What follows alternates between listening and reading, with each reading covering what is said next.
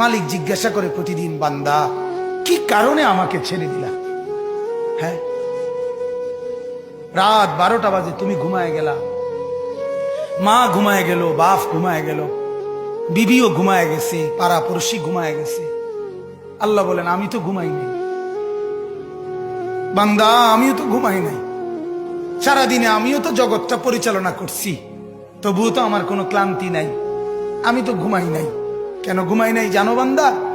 রাতের 2টা বাজে যদি তোমার পেশাব করতে হয়, রাতের 3টা বাজে যদি তোমার দরজা খুলতে হয়, তখন যদি তোমাকে উঠতে হয়, আর আমি যদি ঘুমায় যাই বান্দা, তোমারে চোখ মেলে দিবে কে?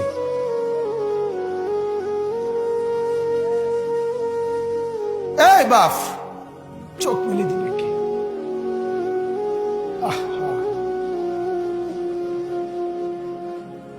আল্লাহ আমাদেরকে মাফ করে। কোরআনুল কারীমের মধ্যে আল্লাহ তাআলা বলছে, ওয়া হুয়াল্লাযী ইয়াতাওয়াফফাকুম বিল-লাইল। কোরআনে আল্লাহ বলে, বান্দা শোনো, প্রত্যেকটা মানুষকে রাত গভীরে যে ঘুম আমি দেই, সেটা ঘুম না, আমি ওয়াফাত দেই, আমি মূলত মৃত্যু দিয়ে দেই। আবার আমি দয়া করে একটা নির্দিষ্ট সময় পরে চূড়ান্ত মৃত্যু দেব বলে আমি আবার সেই হায়াত সকালবেলা যখন জাগতে শুরু হয় তখন আমি ফিরাই দেয় আল্লাহ। এমনও মানুষ আছে পৃথিবীতে, রাত্রিবেলা ঘুমাইছিল ভালো মানুষ, সকালবেলা আর জাগে নাই। আমার একজন দূরসম্পর্কীয় চাচা আছে, প্রফেসর ছিলেন, ভালো মানুষ ছিলেন, রাত্রিবেলা জলজ্জান্ত মানুষ ঘুমাইছে, সকালবেলা আর দরজা খুলে দেখছে ওই মানুষটা জীবিত ছিল না, মারা গেছে। হতে পারে না? হতে পারে কিনা বলেন না? তাইলে বছরের পর বছর, মাসের পর মাস, এই বাপ, বাহিরের কারো চিন্তা করে বাদ দেন। আপনারা যারা বসছেন, আপনাকে বলছি, আপনি কষ্ট করে বসছেন, রাতের 12টা বাজে, রাতের 12টা বাজে, এত কষ্ট করে বসছেন, বিনিময়ে একটু ভাবেন, একটু ভাবেন, অনুরোধ আমার, একটু ভাবেন। আজ মাঝে মাঝে মন চায় আল্লাহর বান্দা মুসলমানদেরকে বুকে জড়ায় ধরে কাঁদি যে বাপ, কেন এত ভুল করছেন? আল্লাহকে কেন এত নারাজ করছেন? যার বিবি বেপর্দা, আপনি আল্লাহকে কত পরিমাণ নারাজ করাচ্ছেন। যার স্ত্রী, যার মেয়ে বেপর্দা, আপনি আল্লাহকে কি পরিমাণ নারাজ করছেন বলেন?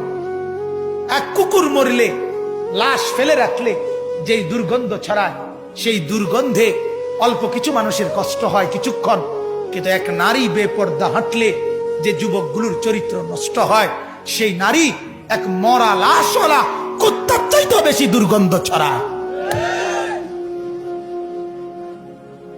কুকুরের দুর্গন্ধ এত বেশি ছড়ায় না, বেপর্দা নারীর দুর্গন্ধ যে পরিমাণ ছড়ায়। সে তো শত শত যুবক তার চরিত্র শেষ করে দিছে। এই সিনেমার নায়িকা নর্তকীরা উলঙ্গ আর ছবি আর বিবস্ত্র ছবি আর নাচ গানের এই ফুর্তি দেখিয়ে এরা হাজারো যুবকের চরিত্র গঠন করে না নষ্ট করে? কথা বলেন না কেন? এজন্য আমার শায়েখ আল্লামা মুফতি মুশতাকুর নবী সাহেব বলে, হাজারো মানুষের জীবন নষ্ট করে যে, এজন্য তার জীবনে কখনো সুখ ধরা দেয় না। এজন্য এই পৃথিবীর জরিফ এটা, আপনি জরিফ চালায়া দেখেন, যত সিনেমার নায়ক নায়িকা, এদের জীবনের মতো দুঃখী জীবন, ব্যক্তি জীবনের মতো কষ্টের জীবন আর কারো নাই। আপনি খবর লাগান, আপনি খবর লাগান, এদের মতো লাঞ্ছনা। কারণ হাজারো যুবককে নষ্ট করছে এই হাসি দিয়া, অথচ এই হাসি তার মূলত আসল হাসি না। এই হাসি যদি ল্যাবে অথবা ডায়াগনস্টিক সেন্টারে পরীক্ষা করায়, প্রত্যেকটা হাসির মধ্যে ফরমালিন পাওয়া যাবে। কি পাওয়া যাবে? ফরমালিন, ফরমালিন, ফরমালিন পাওয়া যাবে। এগুলা হাসি না, এগুলা ধোকা। ঠিক কিনা বলেন না? এগুলা ধোকা। আল্লাহ আমাদেরকে বুঝার তৌফিক দান করুক।